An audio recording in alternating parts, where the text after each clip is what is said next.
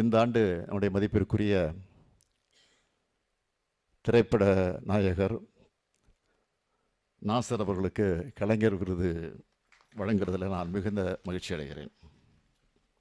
அவரே குறிப்பிட்டு சொன்னார், கனல் தெரிக்கக்கூடிய கலைஞருடைய வசனங்களை பேசி நடித்தவர் நம்முடைய நாசர் அவர்கள். அப்படி பேசி நடித்தவங்க சிலர் பிற்காலத்தில் அதை மறந்துடுவாங்க, சிலர் சொல்லிக்க மாட்டாங்க.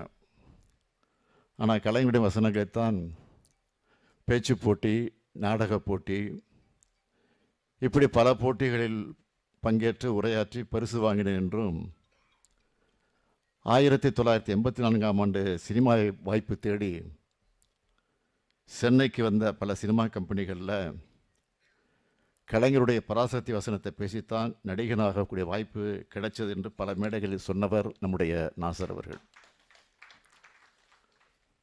நவரச நடிகர் மட்டுமல்ல, நன்றி மறவா மனிதராகவும் நாசர் இருக்கிறார். 1989ஆம் ஆண்டு தலைவர் கலைஞருடைய கதை வசனத்தில் நியாயத்தராசு படத்தில் நடித்தார்.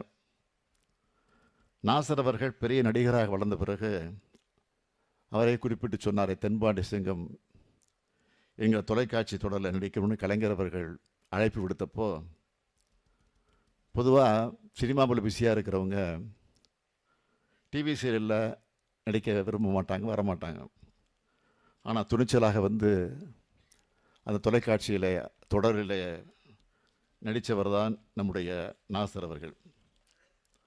அதேபோல் கலைஞருடைய கதை வசனத்தில் இளைஞன், பாசப்பறவைகள், பொன்னர் சங்கர்னு பல படங்களில் நடித்த அவர் இன்று கலைஞர் விருதை பெறுவது மிக மிக மிக பொருத்தம் என்பதை நான் சுட்டிக்காட்ட விரும்புகிறேன்.